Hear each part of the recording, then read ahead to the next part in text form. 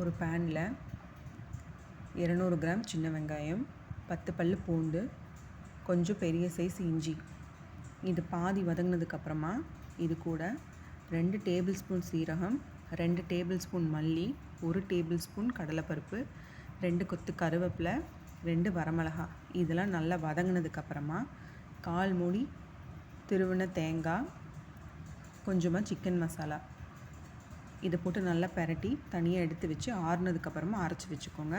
இப்போ இதில் நான் குக்கரில் 7-8 விசில் விட்டு நாட்டுக்கோழி வேக வச்சுருக்கேங்க. இது கூடயே உப்பு மஞ்சத்தூளெல்லாம் போட்டு நான் வேக வச்சுருக்கேன். இப்போ இது கூட நம்ம அரைச்சி வச்ச பேஸ்ட்டை போட்டு நல்லா கிளறி விட்டுக்கலாம். கொஞ்சமாக பேஸ்ட் தனியாக எடுத்து வச்சுக்கோங்க.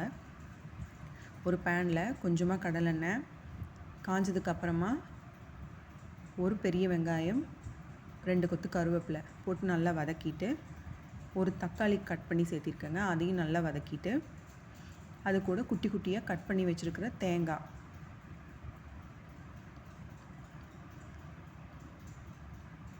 அதையும் வதக்குனதுக்கப்புறமா கொஞ்சமாக சிக்கன் மசாலா, நம்ம தனியாக எடுத்து வச்சுருக்கோம் இல்லைங்களா அந்த பேஸ்ட்டு, அதையும் கொஞ்சமாக ஆட் பண்ணி, உங்களுக்கு எந்தளவுக்கு கிரேவி மாதிரி வேணும்னா இன்னும் கொஞ்சம் கூட அந்த பேஸ்ட் ஆட் பண்ணிக்கலாங்க. அது நல்லா வதங்கினதுக்கப்புறமா இப்போ நம்ம குழம்பு கொதித்து ஆஃப் பண்ணிட்டேங்க. இதிலேருந்து இந்த சிக்கனை தனியாக எடுத்துடலாம்.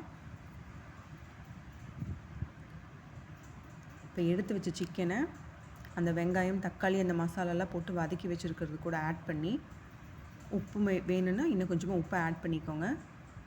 நல்லா பெரட்டி கடைசியில் கொத்தமல்லி தழை போட்டு இறக்கிடலாங்க. உங்களுக்கு ட்ரையாக வேணும்னா இன்னொரு 5 மினிட்ஸ் விட்டு ட்ரை ஆனதுக்கப்புறமா ஆஃப் பண்ணி எடுத்துக்கலாங்க. இப்போ டேஸ்டியான நாட்டுக்கோழி குழம்பும் வறுவலும் ரெடி.